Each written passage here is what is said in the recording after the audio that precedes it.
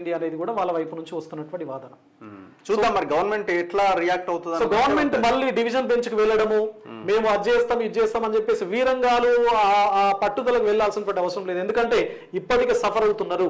ఈ ప్రభుత్వం రావడానికి చాలా నిరుద్యోగ సమాజం యొక్క కృషి ఇక మనం చెప్పాలి, ప్రత్యేకంగా చెప్పాల్సిన అవసరం లేదు. కాబట్టి గవర్నమెంట్ కూడా మేము గవర్నమెంట్ కు అప్పీల్ చేస్తా ఉన్నాం, అదేవిధంగా గవర్నమెంట్ కి రిక్వెస్ట్ చేస్తా ఉన్నాం నిరుద్యోగ సమాజ పక్షాన.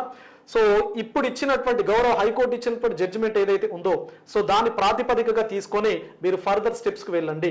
కానీ మేము డివిజన్ బెంచ్కి వెళ్తాం, మళ్ళీ సుప్రీంకోర్టులో ఛాలెంజ్ చేస్తామని అంటే నిరుద్యోగ సమాజం మరింతగా రిపల్సివ్గా గవర్నమెంట్ పైన తిరగబడే అవకాశం ఉంటుంది.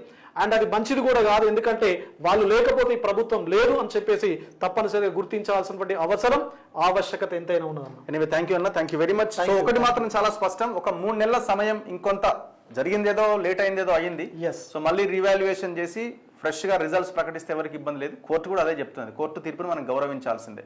సో అందుకే పట్టుదలకి ఈగోలకి పోకుండా కూర్చొని మంచిగా ఒక నిర్ణయం తీసుకుంటే అందరూ మిమ్మల్ని స్వాగతిస్తారు.